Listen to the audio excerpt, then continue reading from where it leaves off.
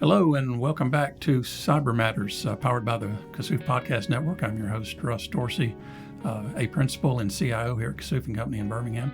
In the last segment, which I hope you'll find in our podcast list, we were talking to Lynn Shobe, and we're continuing that conversation today. We'll get back into just quickly. Lynn's I talked about this 30 minutes ago. I'm going to get you up on camera here. I talked about this 30 minutes ago, and I'm already going to fumble through it again. But you're currently with the Jefferson State Community College Police. That's correct.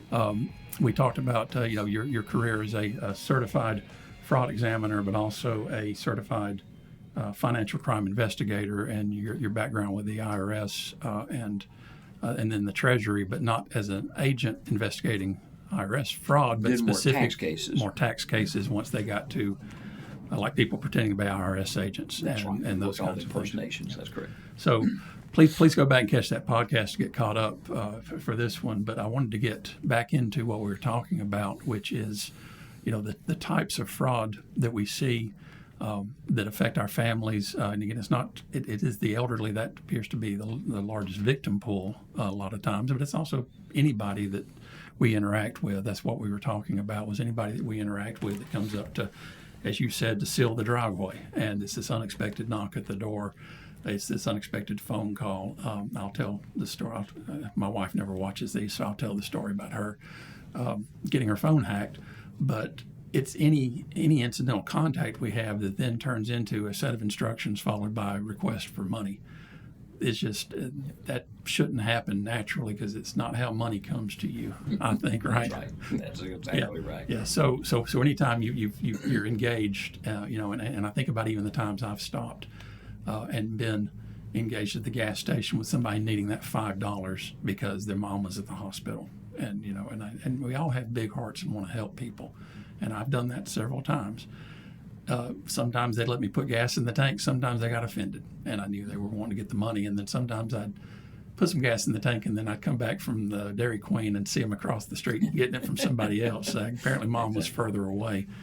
But those things, they can only get what's in your pocket. But if they hit you at home, they can get what's in your bank account. And again, with our, with the retired population having so much, we're talking about life savings getting drained once they find the right victim. And in the previous segment, Lynn, you were talking about how they kind of multi-thread this and even come back as the under the guise of helping. Right. So I really just in my notes here said I wanted to talk about about some case, some cases that are good cautionary tales. But I think the one thing, since I mentioned what happened with my wife, was, she's fairly savvy. I'm in technology, but I get a call from her one day. That they got her on a drive-by on her phone, just to pop up, hey, no, I take that back. They actually called her. They actually called her on her phone, but said they were with American Express. They detected a fraud, and they set the stage for it. And they needed to get her to get into her American Express account to check for it. And they needed to create this account to get a gift certificate. At that point, they caught her off guard, but they managed. And my wife is not technically savvy. I'm talking about somebody that will throw a phone further than she can use it half the time. But they managed to do a remote control session on an iPhone, which I can't even do. Yeah. Just long enough to watch her as she was keying in the password into the Amex site. They were catching that little blip as it pops up to get that account. And at the end of the day, she calls me. She realizes what's going on. She calls me. We have the Amex. Amex maybe lost $80 on the thing. But the devastation to her, because what I didn't really appreciate till I got home and saw how shaken up she was how brutal this guy had been. I mean, he wasn't nice about it. He was belligerent with her. He was yelling at her over the phone. He got her flustered and then took advantage of that until she finally got her senses about her. And she still, it's been a year or so since that happened, and it is still, I think, one of the most traumatic things. And I'm talking about, a lady that's had 25 or so surgeries in the last year, but this is the one thing that just really, and so when we were talking earlier about people that have lost large amounts of money, and you were talking about the indignation that comes. So, I mean, what is something that, you were talking, I need to throw it over to you, I guess. First off, I'm glad you told the story about American Express, because one thing I do want to clarify is that I have always been impressed with American Express's fraud detection capability, because I've been victimized myself where my cards were compromised. They caught it when I wouldn't have even been able to tell, and I would actually get those calls. Well, now, if you get lulled into the fact that every time American Express calls claiming to be American Express fraud detection, that's always real, now we know that's not the case either. And then the fact that they are either going to send you a link or something that they can remote into your telephone and then capture your passwords, that's scary. Very, very scary. We when we talked just a moment about having other it's like family members that you're concerned about. We talked a little bit in the last segment about what individuals can do to protect themselves. But if you've got people that you're concerned about, maybe your parents or grandparents, aunts, uncles, or just close friends, that particularly in the older generation, one of the first things you want to do is make sure you stay engaged. Keep in touch with them, because a lot of times they'll talk to these people on the telephone because they're lonely, and now they've got a friendly voice. And some of them will start out friendly, and if you don't do what they tell them, then they're going to get angry. Start threatening you, cussing you out because you're not doing what it is that they wanted you to do. Now, clearly, that's going to be an indicator that this is not real. But by this time, they're berating you into acquiescing to whatever they want to do, and you don't want that. So, and we talked about my mother having been scammed, and the extent that these people go through to con you into that. During that whole time, my father was in the nursing home, and so my mother would share with them what was going on, and they say, "Can I pray for you?" And then they would pray for my mother and my father while they were telling her to go to Walmart and CVS and buy green dot cards. And so, they will do whatever it is and try to lull you into thinking that they're legitimate and okay. So you want to stay engaged in these people's lives as much as you can. When you are dealing with them, kind of be on the lookout for changes in behavior. Maybe I know on one occasion where my mother was told she was going to win like $1.8 million, but she had to send money. She went to my sister's house where they had my parents had put some cash in the safe there, and she needed to get some out. And then she started acting almost giddy, like, I'm getting something, but I can't tell you what it is. Well, my sister had no idea. She didn't share with her what was going on, but it was all about the winnings that she thought she was going to get. So if they're acting completely out of character, or I can always tell when my mom calls up, something's going on like that, she's acting out of character. She'll start in the middle of a conversation, like, "Hey, I want to know, can you tell me if some number is the area code for Ohio?" That's not the way you start a conversation. Or she would ask me, "Have you ever heard of the Mega Millions?" And I knew then something was up, but so if they the conversation's a bit out of character for them, they're acting strangely, because the bad guys are all going to tell them, particularly on winnings. If you tell anybody, then you're not going to get the winnings, and so they start acting like they're hiding something from you. You're going to be on the lookout for that.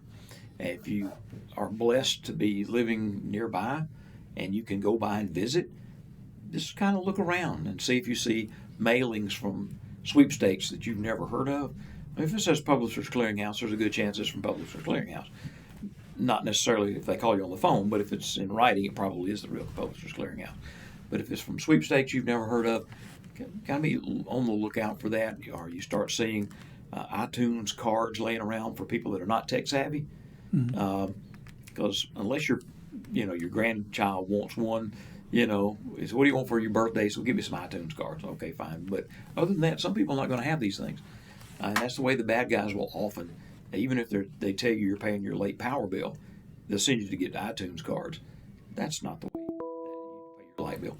So, you start seeing things that are out of character, or Western Union transmittal sheets for multiple transactions of money by Western Union just laying around, because they may actually have that stuff laying out where you can see it, and that's going to be a big indicator that's something that maybe you'd want to inquire about a little bit more. And then if it ever comes to the point that you suspect that they've been victimized, then there are definitely things you want to look for. Even the bad guys will tell the victims, write this down. Because even if the person has diminished capacity to the extent that they couldn't take on a lot of business affairs, they're pretty good about following the last instructions first.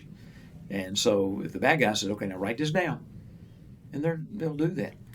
And they'll write down, so you'll have the phone number the stuff originated, what it is they were told they were going to win, the name of the person who at least they claim to be, and certain other indicators, maybe mailing addresses. I know the most recent time when my mother was cheated, it turned out to be a Jamaican scheme by an individual in Brooklyn. And so when I found those notes, we were able to secure those notes, and I was able to get the address in Brooklyn where the cashier's check was sent to by UPS overnight. You may find receipts for cashier's checks, or shipping labels from UPS or FedEx, something where it's like overnight. Most of the time, bad guys won't ask for things to be sent via United States mail. They're a little bit fearful of the mail fraud statute. What they don't really realize is in 1996, Congress went back and changed the mail fraud statute so that if you use a private carrier to avoid the mail fraud statute, it's still mail fraud. Okay. So we've been able to use that successfully on many prosecutions. But look for those kinds of things. Always ask about the notes if they have notes. A gentleman we talked about in the previous segment who had been victimized for a long period of time, he was real good about taking notes. The man had an entire spiral notebook. He kept them all in the same place. He had a spiral notebook, more than one scheme on every page where he'd written down everything that he was supposed to do, had all kind of tracking numbers and everything on there. And so you were able to do that. And even though I wasn't working on all of those, just looking back through those notes, I was able to find 2 different schemes that I knew for a fact that my agency was investigating, one in Atlanta and one in South Florida. So look for those kinds of things. Yeah, there was a case that I got involved in. Of course, I'm usually brought in for cyber stuff just to give some consult. It's by no means law enforcement, but this gentleman, and again, to get back to how they build these scams, he'd been contacted. He got the pop-up on his computer, so that was the cyber component. That said, "Oh, your computer's been got malware. You got to call this number." But he gets on the number, and I think it was while he was going to his banking site or something, but however it was, they tied it back to his bank. Then he's talking to a bank supervisor, who then proceeds to unwind this story. And I think it's like you mentioned in the last segment, this progression of, oh, we got somebody, let me hand over to this specialist who's now going to do this. But he was taking meticulous notes, which is what I was handed, but he had the person's name, but he had their employee ID, which I've never called a bank and been given an employee ID. That was a kind of a red flag to me. That it's my employee ID. Every person he talked to had an employee ID. But this bank, the story was that there's money being pulled out of your account, was where they got him in his mind. And we need you to go to your local branch. And when you get there, though, you can't tell anybody because we think it's an inside job. And that was the twisted part. He goes in and manages to do the wire transfer. And it was, if I'm remembering right, $30,000 to $50,000 that he transferred out on day one without having to explain to the bank why he was doing this. Because he was because what the bad guy told him was, we're going to secure your money in another account while we investigate what's going on at the branch. Elaborate story. Then they contact him back and say, well, we've got that money. We need to secure the rest of your money. And they went back, and that's when he realized he'd been defrauded, and went back to the bank and disclosed what had happened. But it was just understanding how they get that person into that mindset. It's like you said, some people won't talk about it because they're prideful, but in some cases they've been instructed not to tell. Oh, absolutely. Everybody around them, right? One of the things you mentioned about employee ID numbers, when some of the reform legislation, tax reform legislation was passed, and to make taxpayers feel more comfortable, and that they were not being abused by government agencies, government employees, the IRS came out with a policy, and it might have even been mandated by law, but certainly by policy, that every time you dealt with an IRS employee, they had to give you their employee ID number. Right, they do, yeah. So, and it was done so that you would always know which employee it really was. So if you had an issue that needed to be followed up on the IRS, you could say, well, the person I dealt with was 1, 2, 3, 4, 5. Well, everybody meant well when they implemented that policy. All that happened after that is that every impersonator started giving fake employee ID numbers. So every time an IRS employee or someone would impersonate an IRS employee, they throw in that employee ID number, and all that did is raise the confidence level that you were dealing with a real IRS employee. Yeah. So it was intended for one purpose, and all it did was give the bad guys another avenue for confidence. Yeah, that's typically the kind of thing we see, these unintended, these safety measures that they put on sites. I mean, we saw it in cyber when they first started putting trust certs and things on websites. This site is safe, and well, that's easy for the bad guys to clip that and use it to their advantage. To, as you say, build that confidence in authority that this is a legitimate thing that's going on. That was a maddening case. I think the other one that I got involved with was cyber, on the cyber end of it was, and you already alluded to that, was just the coming back to that victim time and time again. But you had mentioned it was a case. Did you just mention one about your mom that you said I hadn't heard before? Yeah. So this kind of goes back to the teaching point about when you're with them, you got to listen for stuff. So in my most recent visit back home to Tennessee to see my mother is not tech savvy at all. She can't work the remote on the television. If she gets on the wrong channel, she has to call my sister to come down. I mean, so she's got a flip phone, old school telephone in the house, no other technology.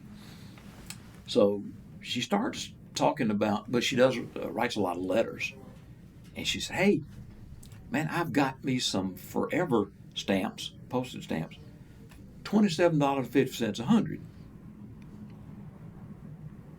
And then she was kind of bragging about she was able to get that, and then she said that my cousin here in Alabama helped her get them. So at first blush, I'm like, something about that don't sound right, so I started doing a little research before this otherwise came up. And there are some major retailers that are able to get a deal with the Postal Service for get them 10 cents off, and then they can recoup their loss and sell them at a store to you at face value. But not at that kind of deep discounted rate. There's no way you're going to get 100 stamps for $27.50. But, wasn't thinking too much about it. The next thing I know, I hear my mother on the phone talking to her best friend, who's an elderly lady widow in Mississippi. She's talking to her son, who's probably older than I am, and explaining to him, so here's what you do. You get on your Google, and here's what you type in. 100 forever stamps for $27.50. So now she's got this widow woman in Mississippi going to go online and start buying postage stamps for $27.50 100. I'm like, oh, something about this is clearly just wrong. And so as soon as she hangs up the phone, I started looking for notes. I said, bring me everything that you've got about that. So she's got some of this stuff written out, like what the Google search terms that you're supposed to use when you do that. So I reached out to my good friend who's the head of the Postal Inspection Office here in Birmingham. So I had her to bring me some of the stamps that she'd gotten. And my first concern is that they're counterfeit stamps. So he and I started engaging in it. I sent him pictures of the stamps she's been buying, and I'm really concerned about that. So one of the things I was going to be able to tell my mother is that if you're buying counterfeit stamps and you're using them, you're actually facilitating a crime yourself. So you're now unwittingly participating. That you're actually a criminal, a criminal act by using a stamp that's counterfeit. So there could be consequences to you. But then when I'm asking my friend in the Postal Inspection Service about how to detect them, and he gave me some clues and indicators about. So I went to the store and bought a black light so I could do some more comparisons while I was sitting in my mom's house. But then one of the things he also shared with me, he said, there's a strong possibility that they're not counterfeit. What they are is where a criminal has stolen your credit card information, went out and bought $1,000 worth of real postage stamps from the Postal Service on your credit card, and they're selling them online for $27.50, $100.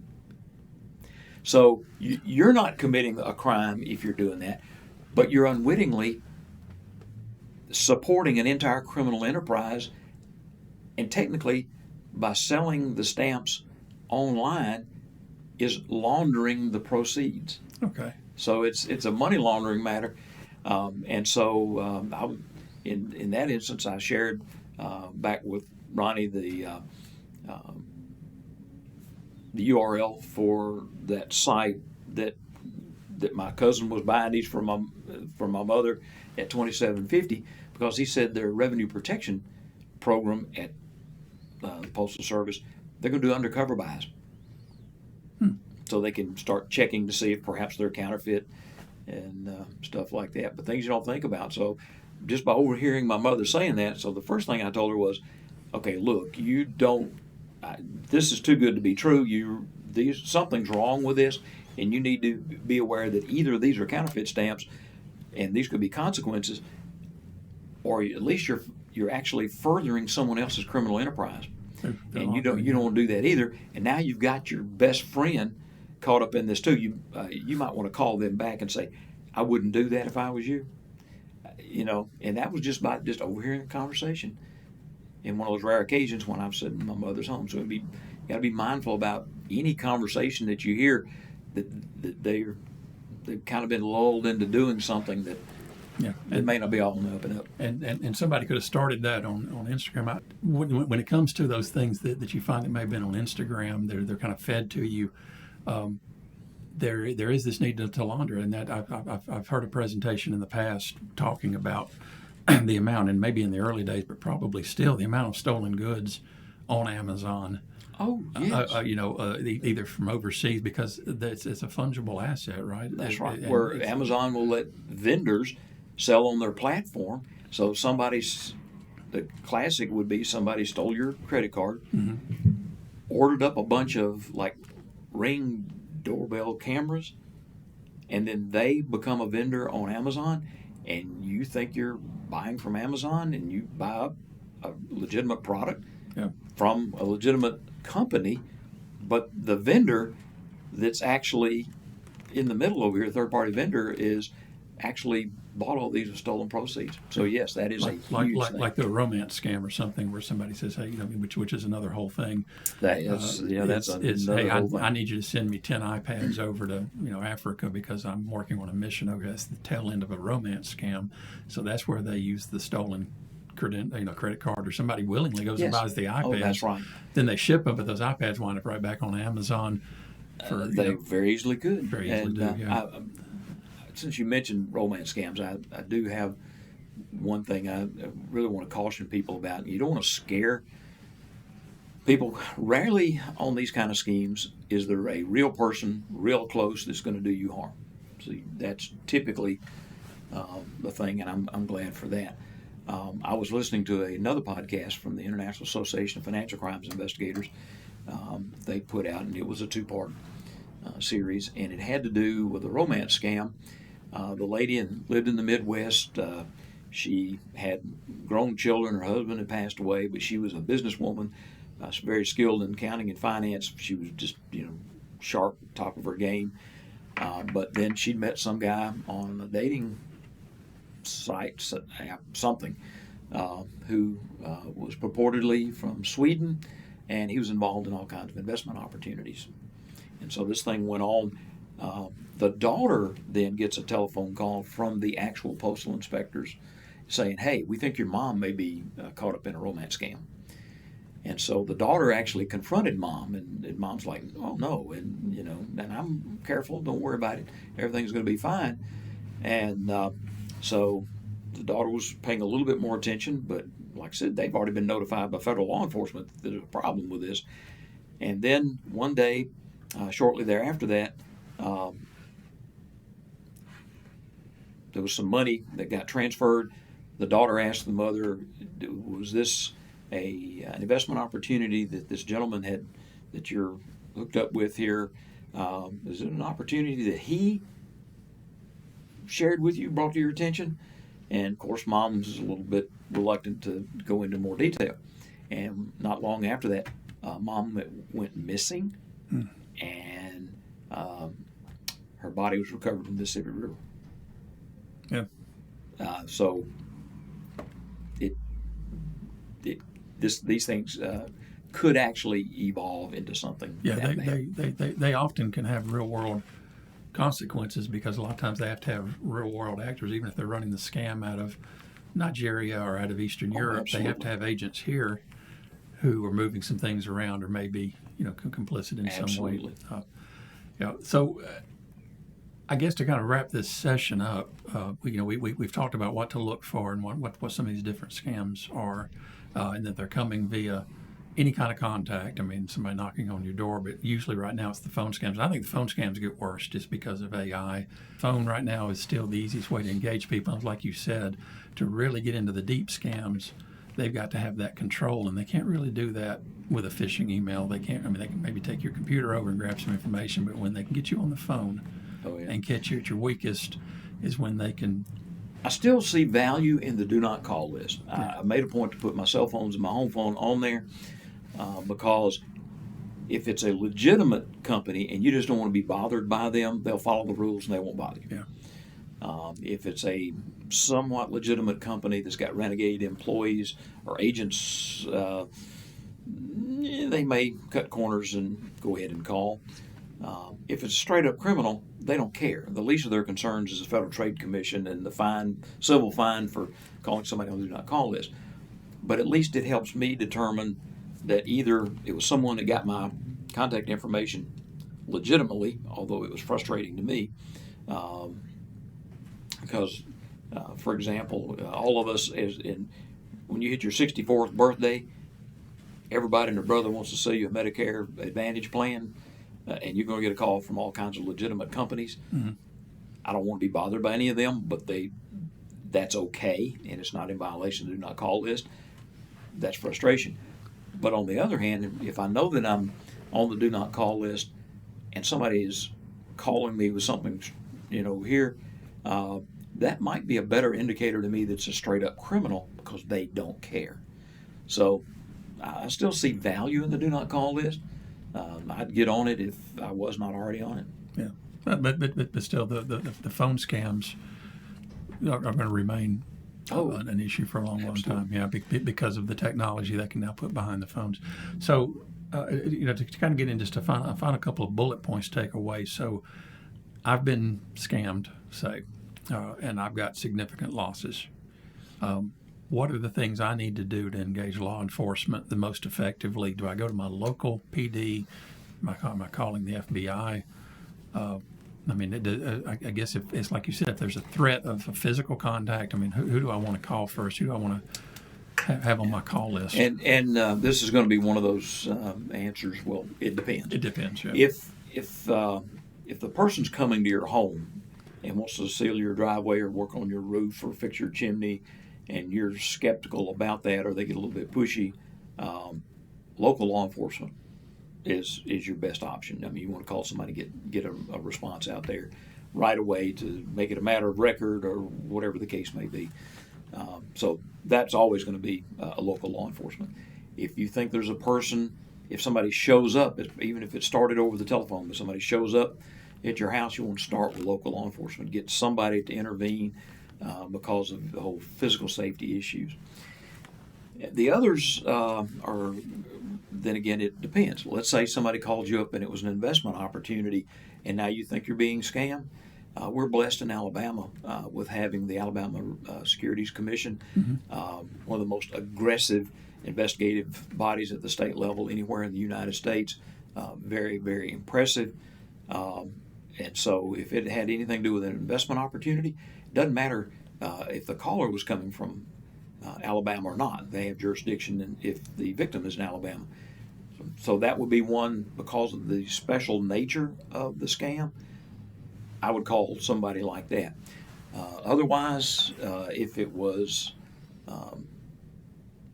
one of the other, if you knew, for example, that the Treasury Inspector General for Tax Administration works IRS impersonations, and somebody called you up and said, "I'm from the IRS, send money," then obviously dealing directly with them would be a good thing. But otherwise, you can either call the local FBI office or deal with the Internet Crime Complaint Center and file a report there, and they can screen it and send it out to the appropriate federal law enforcement agency. Yeah. So it definitely is going to be one of those, who you call depends. And even when I have a victim calling me, or I'll get family members calling me and say, "Hey, I think my mom's been scammed and here's what the situation is," I'll listen for those indicators that would say that this case more nearly fits the Postal Inspection Service, the Secret Service, the FBI, or one specific one, and I would farm that over to them.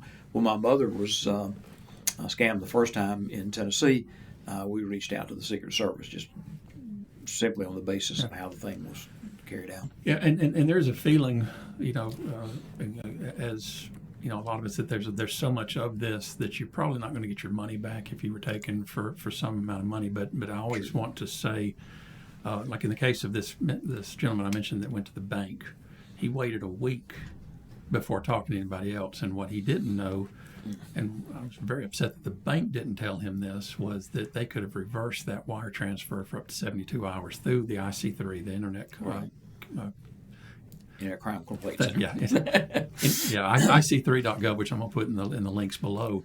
They will initiate what's called a business email compromise kill chain. Absolutely. So, and they can reverse out even if it's going overseas. And in most cases, if they have mutual cooperation, they can pull those transfers back for up to 72 hours. So you've got to have that in your speed dial to say, okay. Oh, yes. Because what happens is you call the local police, and you want to probably do want to start there. If you've got something, again, a physical threat or something, or even a loss, just to get it on record. But don't leave it to the local police to call the FBI. You have every right. And the local FBI office, they do a lot of outreach in this area. And elder fraud right now, by the way, is huge. If you go to the FBI.gov site, they've got a lot on this. So when you call the local Birmingham office with something, and again, a larger loss, they're going to be concerned, and you're going to get an agent if it's an amount, and if it's time sensitive. But you have to communicate that. So I think that's an important thing to understand about these scams. I mean, if it's on your credit card, American Express is going to protect you. They're going to protect the loss. But if they've gotten into your bank, but I'm glad you mentioned the Alabama Securities Commission. You're right. That is a great resource. We're actually planning to get them on. I didn't know that Joe Borg had retired, but did you know that? No, I was not aware that. I wanted to get Joe on, but he's retired.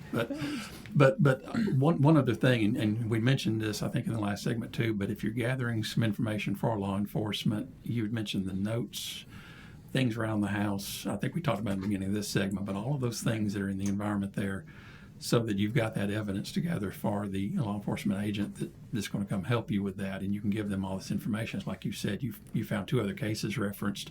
There may be a pattern attack going on just in this area code that's impacting, as specific as the trustful prefix. So if you see things, so if you report there and they go, we're getting a lot of complaints, in this week about that, you're going to help law enforcement, even if you don't get your own $100 or $200 back, right? Oh, yeah. And one of the ways is about tying things together. As a law enforcement investigator, I have an account with Consumer Sentinel, which is controlled by the Federal Trade Commission and gets feeds from every kind of place. On the most recent time, or one of the times when my mother was scammed, I guess the most recent time, I was able to take her notes and the names that the person was using, and do a search on keywords in Consumer Sentinel, and was able to find a victim in Missouri that was told us that the bad guy was using the same alias. It was the same telephone number. It was the same street address in Brooklyn. And so I knew it was the same set of bad guys. And what it does is, if you don't know for sure about the credibility of one witness, but you can see that they're using the same verbiage, same everything over here, well, actually corroborates that, and you can tie those cases together. Yeah. So it helps law enforcement out later on. All right. Well, Lynn, I want to thank you again for taking this time with me. I always enjoy hearing everything you have to say, but also, like I said, I always learn 12 or 15 new things from you just because of your experience. I hope we can have you back at some point. I mean, as things change, or certainly if something comes up. But we can't, I guess, as I said, starting this out, I know we've said some things in here that you've already heard on, Good Morning America, but we're not getting the message out enough because people are still getting victimized. We'll be done when people are hardened to the point where these scammers move on to something else completely, and they're not preying on us this way because it's still working. So we got to keep getting this information out. But again, thank you very much for your time, and I'm going to also thank our audience for this. Again, go back and catch part 1 that's already posted. And again, and I'll have notes and links below. But I'm Russ Dorsey with Cyber Matters. We'll wrap this session up, powered by the Kazoo Podcast Network, and I want to wish you a very good afternoon. Thank you very much.